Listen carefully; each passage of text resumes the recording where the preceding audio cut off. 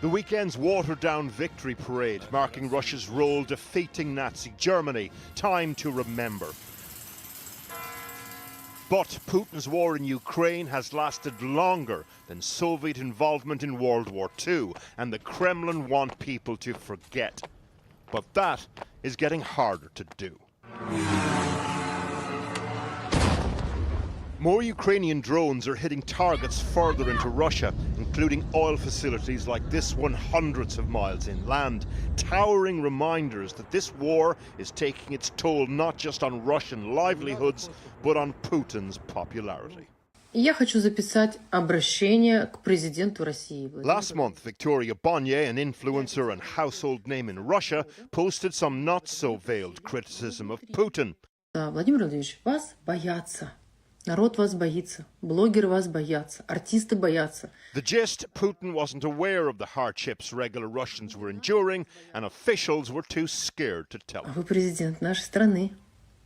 А мне кажется, мы не должны бояться.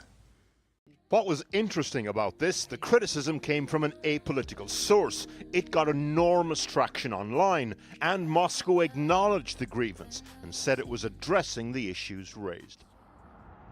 The Kremlin has curated the illusion of a distant war, and one way of doing that, restrictions on what Russians can see and hear online.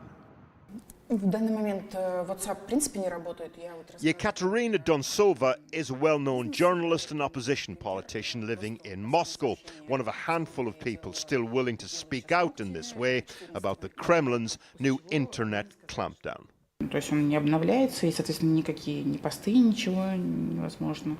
Ну и до какого-то момента потом все, никаких ни фотографий, ни видео, ничего.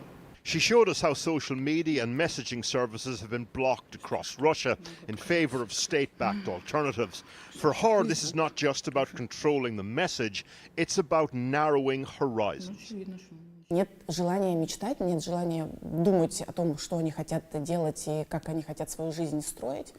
И эти ограничения мобильного интернета, там вообще, в принципе, интернета, они сыграли ключевую роль в этом. Потому что у людей изменился кругозор. То есть они не получают тех знаний, той информации, которая у них была раньше. The Kremlin is billing the clampdown as part of a push for a sovereign internet created by Russians for Russians.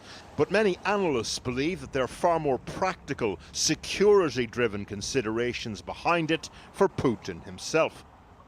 I think Putin is fundamentally paranoid that these civilian internet and mobile tools can be used to target him personally and senior Russian military officials. That would send a very, very disturbing, which Ukrainians are already doing. Leaked European intelligence documents claim the president now spends much of his time in secret bunkers. His inner circle are reportedly banned from using phones with internet access and have had surveillance systems set up in their homes. We see him much less speaking publicly, much more using recorded messages, much less meeting, traveling around Russia. So his habits have changed. His confidence in his safety, I think, have changed. Rumours of Putin's political demise have been exaggerated at various points, of course, during the 26 years of his rule. But Russian troops are being killed on the battlefield faster than he can replace them. The country's economy increasingly feeling the pain. And a war being billed as far away is day by day feeling closer to home.